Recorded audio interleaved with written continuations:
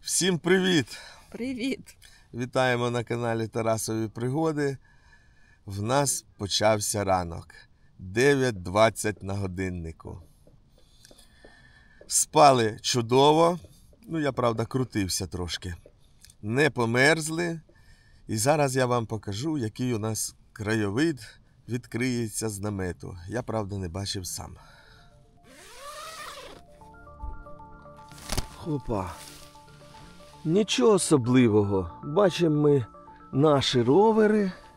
Ну і, в принципі, ліс. Але ж якщо пройти буквально 1, 2, 5 шагів приблизно, відкривається ось такий красивенний краєвид. Дивіться. Ну хіба це не чудово?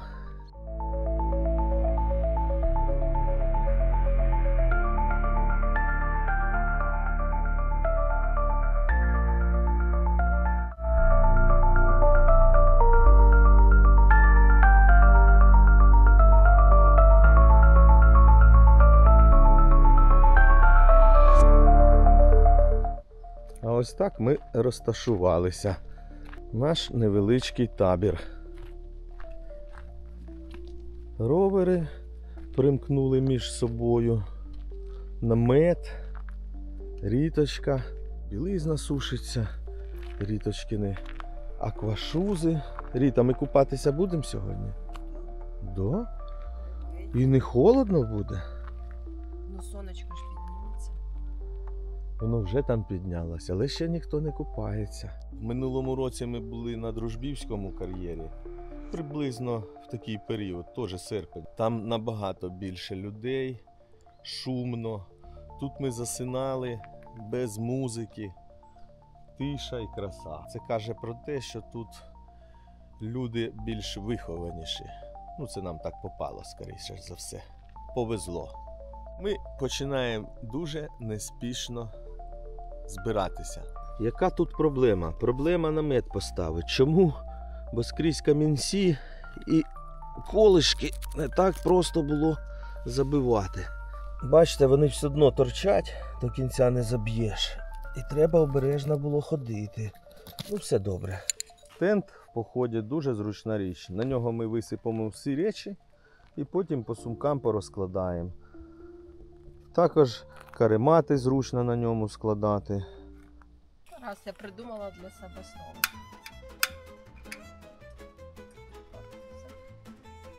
То, що синтетичне, висохло за ніч. А те, що не синтетичне, Тарасик досушує на сонечку. І показую ще один лайфхак.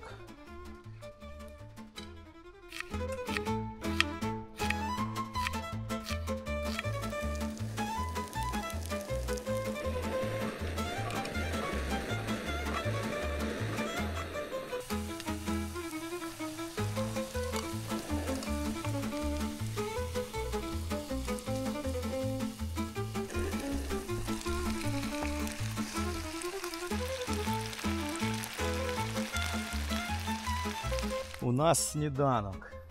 А на сніданок картопелька з чим? З грибочками і цибулькою. Їх навіть не... видно. Грибочечки, цибулечки. І ось такий у нас краєвид на сніданок. І з нами свинка. Ріта її називає Пепа, а я називаю Христинка. Деякі глядачі розуміють чому. Снідали ми за барною стойкою. Бармен Ріта пригощала мене гарним сніданочком. Іди мий посуду. Я не вмію мити посуду. Звісно. У мене є товариш хороший, який не миє посуду взагалі. Чому? Все робить, а посуду не миє. Рибу навіть чистить, а посуду не миє. Не знаю. Не вміє, мабуть. А я рибу не чищу. Не вмію. Що мені тут дуже подобалось? Те, що зараз 11 ранку і ми не чуємо чужого музона. Ми реально на розслабоні відпочиваємо. Це каже про те, що тут дуже гарні сусіди нам попались. Галявину залишаємо, як завжди, в чистоті. Сміття смітник. Але локацію ми ще не залишаємо, бо в нас купання. Ось тут місце для купання гарне. Гарний заход у воду. Як водичка.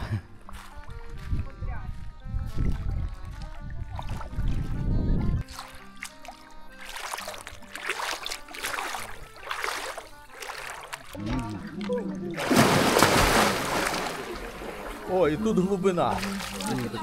Так що ниряй, давай сюди.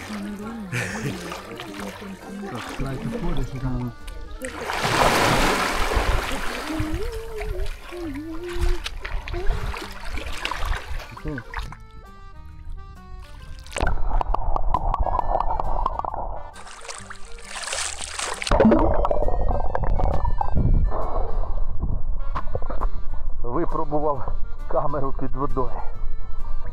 Залишаємо каньйон, 13 на годиннику. Вирушаємо далі в нашу подорож. Що скажу? Місце для відпочинку, якщо в не сезон, як оце ми приїхали в серпні, дуже класно. Ну, ми серед тижня, народу небагато, місць, де намет розташувати повно. Можу рекомендувати це місце для відпочинку. Тим, кому рибалка не важлива, приїхав, купаєшся, шашличок жариш. Саме для цього це місце. О! Кличе дорога у мандри. Ми оце не зрозуміли. Альтаночки тут, вони безкоштовні чи платні. Може, хто бував, знає, напишіть в коментарях. Під'їжджаємо до Коростишівського кар'єру. Ось так виглядає кар'єр. Залишаємо велосипеди на ось таку охорону. І пройдемо хвилин 10-15, погуляємо вздовж кар'єра. Це називають Коростишівський кар'єр, а там, де ми ночували, каньйон. Тут теж непогано, є місця для ночівлі, людей набагато більше. Але з виходом до води, бачите, ось позаростало. Небагато виходів, де саме можна покупатись. Ось там в далечині є, тут справа і ще десь отам пляжик зліва. Крутим педалі назустріч мріям, життя це подорож, і ми це розуміємо.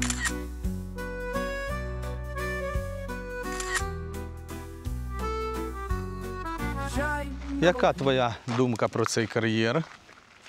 Приїхати відпочити можна. Ну, мені все одно той, де ми ночували, краще. Дякую тобі, пес, що посторожував наші ровери. А ми знаходимося в місті Коростишів, десь на околицях.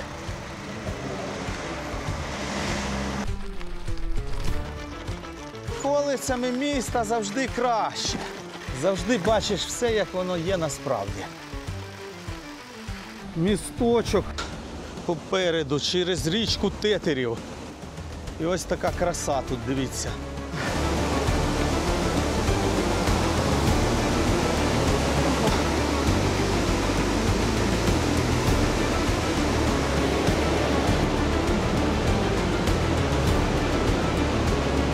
Якого окуня зловив.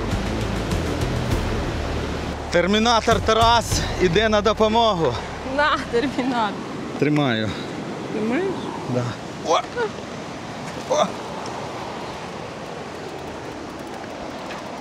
На кличків похожі. Мордою. Похожі, ну клички між собою ж не борються, і вони в одежі ходять. Придивився, такі це брати Кличко. Це парк. І він прикольний такий для прогулянок. Давай проїдемо. Гарні такі інсталяції тут. О, дивіться, яка сова.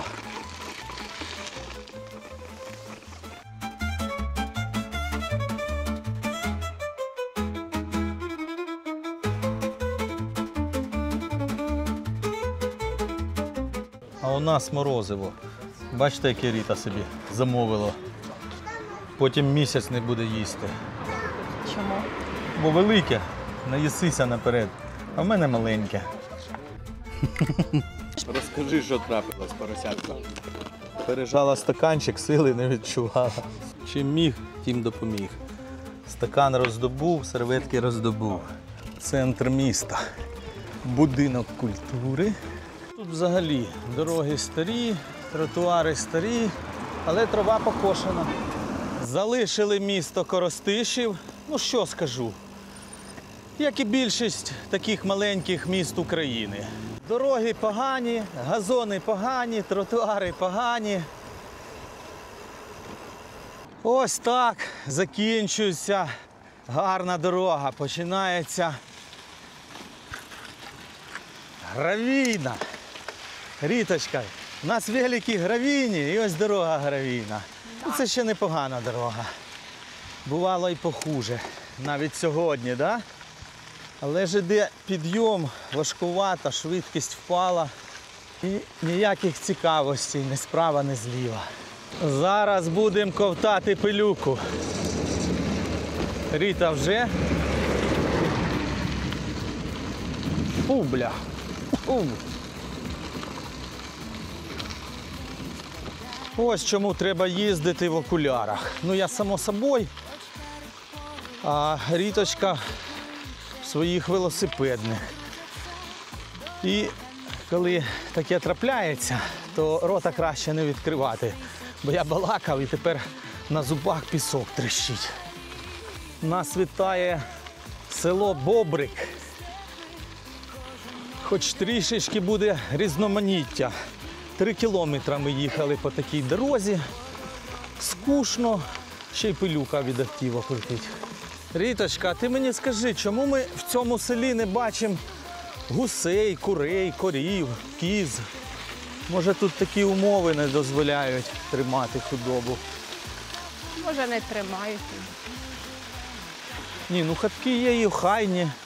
Швидко в нас село Бобрик закінчилося. І знову така гравійна стихія для наших великів. Ріточка не сумна, це саме головне. Ми крутимо педалі, йдемо вперед. Гори, ріки й степи, кожен новий день. Палатка наш дім, багаття наш світ. Нам на праворуч. І тут дорога стає гірше, але не смертельною. Їдемо собі, швидкість буде невелика, нічого страшного. І попереду я бачу ліс. Не знаю, скільки градусів, але жарко сьогодні. Навігатор Османд таку дорогу показує як автомобільна. Це він проклав автомобільний маршрут сюдою. Повів нас Османд, Ріта, по піску. Сюди нам до траси їхати 7 кілометрів, а колом 12. Якщо ми по той Бруківці, не Бруківці, а Гравійці поїдемо. По якій гравіці? По якій їхали. Тому, я думаю, поїхали по Гравійці, бо тут ми будемо не їхати, а мучатись. Мене Османд веде, а я тебе. Ну це зрозуміло, що ти мене. Так не бурчи, я не винен. А що там, взагалі пісок? Ну ось такі, як оце ми їхали, це мучатися будемо. Я тебе ще 3 рази перепитувала, як ми повертали. Вірно чи ні? Вірно. А він веде туди, а потім щось перелаштовує. Коротше, Османд винен. Ну, пані, зрозуміло. Не ти, в цей раз не ти. Підберезник. Бачите, як на гриби час є. Поїхали. Повертаємось. Вигаяли часу хвилин 40, помучали себе по піску. Ось так понадіялись на навігатор. Ну нічого, нам не звикати. Я навіть до 20 км на годину розігнався по гравійці цієї. Швидкість, бачите, стрибає. Хоча я їду з однаковою. Це в цих спідометрах, не в цих, а в цьому, в моєму. Біля проводів їдемо. І ось така фігня починається. А бува, он 0 взагалі показує, а бува автівка якась проїжджає, глюкає. За українську мову. Дякую тим, хто в коментарях поправляє мене. І дуже не вітаю тих, хто прикалується над моєю мовою. Я вже неоднократно казав, я не україномовний українець. Я все своє життя розмовляв російською мовою, все моє оточення і зараз на російській розмовляє. Це я вирішив на своєму ютубі-каналі розмовляти вже українською. І вже 3 роки вчуся, але як краще, ніж було, але як є. Суржик нікуди не дінеш. Покажіть мені українця, який розмовляє чисто українською. Це, мабуть, диктор по телевізору. І то не завжди. Опа! Закінчується гравійка, починається асфальт. І поки що дуже гарний. І нас вітає село Теснівка.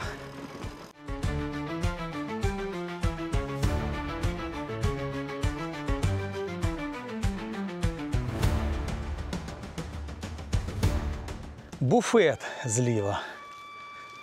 Намальована діжка, з якою пиво тече. Давай тут, може, водички поп'ємо. Затарились в буфеті лимонадом, водичкою. І хтось пиріжечка захотів. Це не муравейник, Рита, а муравей називався. Радянська техніка. З власником поспілкувались. З Китаю замовив мотор, поставив і їздить. Бо на радянській вже запчастин нема. У мене у батька була така техніка. У Ріти настрій піднявся, бо зустріла місцевих, потеревеняла. Ми таке любимо, це ж ми не показуємо. Якось невдобно показувати людей. А спілкуємось майже скрізь. Сьогодні нам трапляються тільки добрі люди, та й завжди добрі. Вже декілька таких зустрічав стовпців. І, мабуть, не тільки я тут зупиняюсь, бачите? Це жах. Сьогодні їдемо у велоодежі, у велошортах з памперсами. Я взагалі різниці не відчуваю. Що вчора в звичайних, що сьогодні з памперсом. Треба робити висновки. Напишіть у коментарях вашу думку. Але ж мене цікавить тільки думка тих, хто подорожував тривалі відстані на 5-10 днів, на багато днів. Що краще, велошорти чи звичайні? Тут хоч трішечки краєвиди з'явилися. Їдемо, любуємось. Змінився малюночок. Зліва в нас поля. Це ти справа показуєш. Ріта вчиться бути блогером. Старосільці починаються. Ріта блогер, новичок, учить майбутній рок.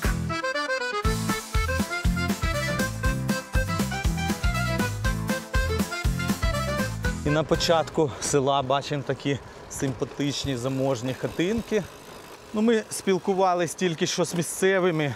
Нам розповіли, що тут, в принципі, люди непогано заробляють, як для села. Тут гранітні фірми, робочі гарно заробляють, навіть не спеціалісти. І нагадаю глядачам, що маршрути я записую в форматі GPX. Їх можна буде скачати по описанню, там буде ссылочка. Але не в Страві. Саме скачати в цьому форматі і можна буде відкрити там в якомусь додатку, в той же Страві. Не знаю, від чого це залежить, але село селу рознь. В одному селі все таке занедбане, а в іншому все квіте і пахне, як кажуть. Гарні магазини, гарна дорога більш-менш. Навіть будиночки у людей інші. Я думаю, залежить від голови і від людей, від заробітків, ставок який гарний. Ще замітили таку приємну тенденцію, що тут скрізь люди здороваються, привітливі. Ріточку один навіть обіймав. Було діло? Та не обіймав, що ти мала? А що? Ріта, а ти знаєш, що виробники шоломів радять змінювати шолом кожних 3 роки? Чула таке? Ні, А знаєш навіщо? ні. Я теж не знаю, але мені здається, що це дуже-дуже вигідно виробникам і продавцям шоломів.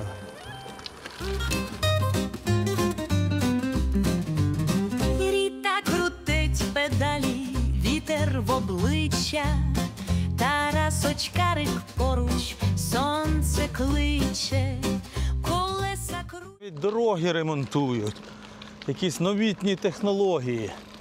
Посипали в ямку, пирснули бітумом, автівочки тут же розкатують все своїми колесами. Не знаю, ефективно воно чи ні. Тільки згадав цю пральну дошку і вона почалась. Аж зуби цокають іноді. А їхати треба. О, о, о!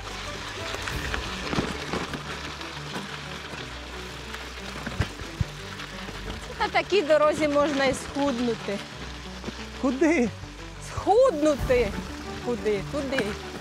Незапланований водопой. По цій дорозі зуботрясці. Ріточка зеркало згубила, он випало, бачите? Ну нічого, буде привід на новеньке змінити. У мене вже міраж почався. Мені здається, що там ось через метрів 100 асфальт під'їжджаємо, а то не асфальт. Потім знов таке. Міражі, як в пустелі. Що, вставилось на місце? Ну так. Зуботряска, пральна дошка. Реально, тільки згадав про неї, почалось. Ну, надо ж тобі. Фу, через скільки вона закінчиться, невідомо. Село Травневе, 1720 року. А де ж дорога людська в селі Травневому, а? Не асфальтоване село. І тут заможних хатинок поки ще ми не бачили. Всі старенькі такі, їх занедбані. Одні бабусі і дідусі, мабуть. Їдем з Рітою в кукурузі, сіськи ляпають по пузі. Ні, щось поганий з мене співак.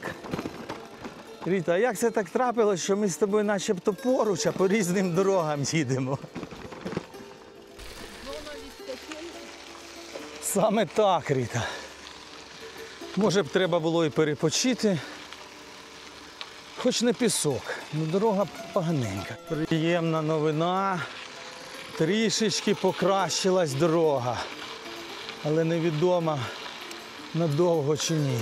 Ага, накарка, ось бруківка почалась. Тьфу ти б'юти.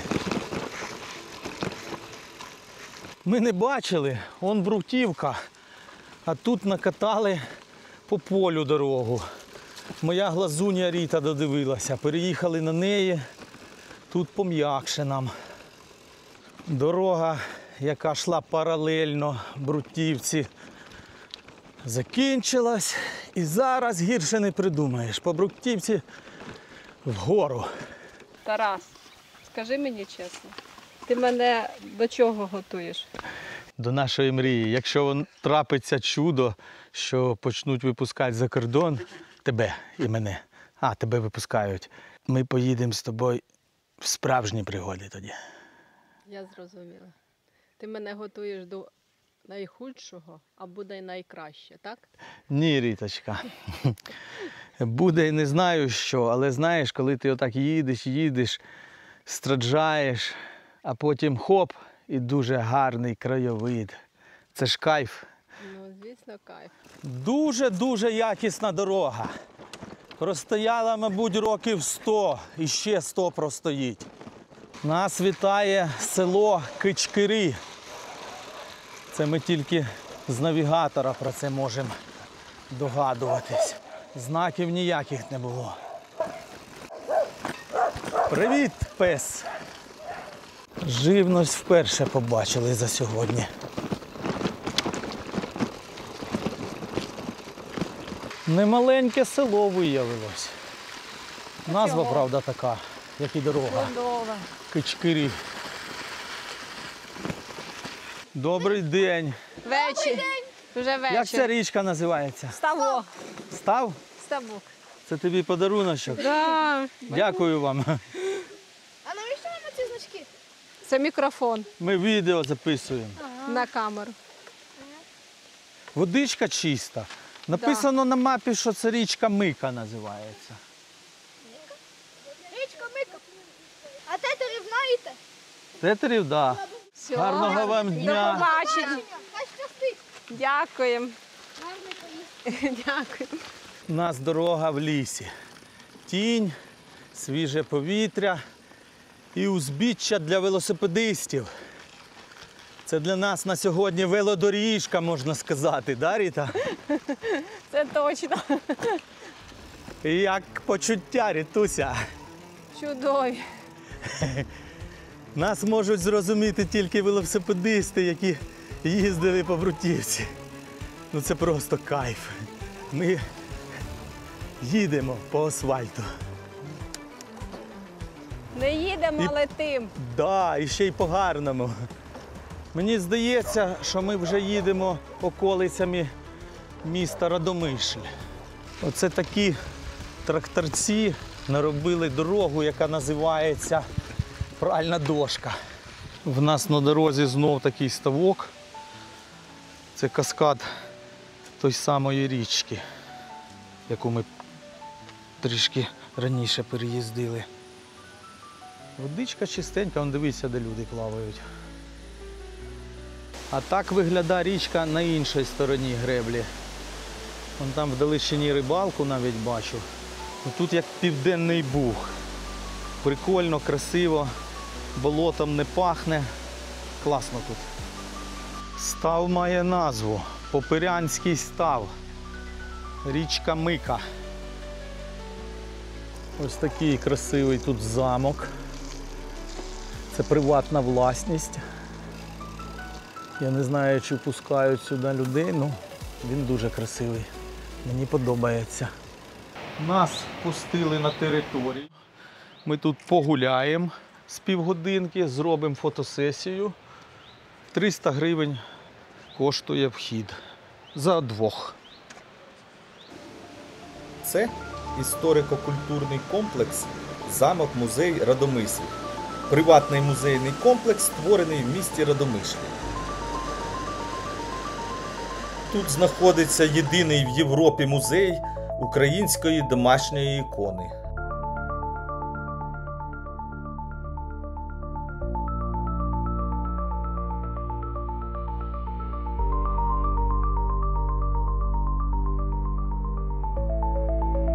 Нам повідомили, що тут навіть номери можна зняти для відпочинку.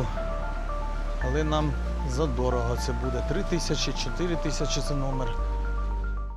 У 1902 році у місті Радомишль було споруджено великий млин, який працював до 1960-х років.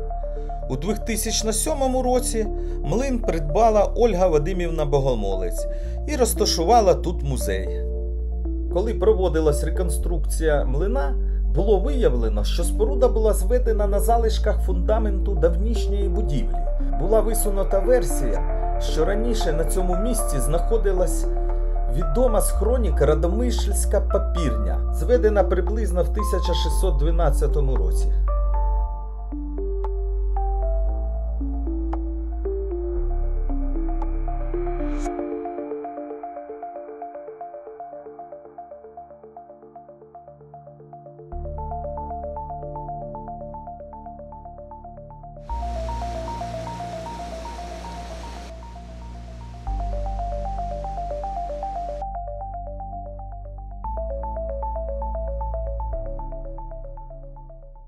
Дуже гарна локація, хотілося б більше часу провести, послухати історію, але ми пізно приїхали і так вдячні, що нас пустили. Якщо хто бажає і буде в цих краях, обов'язково відвідуйте. Мені теж дуже подобалась ця локація. Родомишль чи Родомишль, не знаю, як вірно, поправте. І нам дуже подобається те, що тут асфальт. Бруківочка нас вимотала сьогодні. Так, дуже.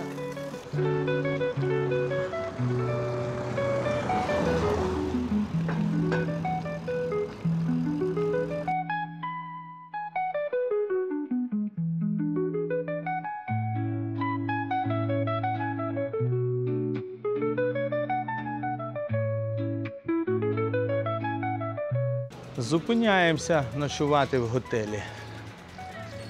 Ось так виглядає наш номер. Нічого особливого. Кровать, стіл, телевізор. А так розташувалися наші речі з роверами. Душова, без всяких зайвих запахів. Все тут добре, все гарно, нас влаштовує.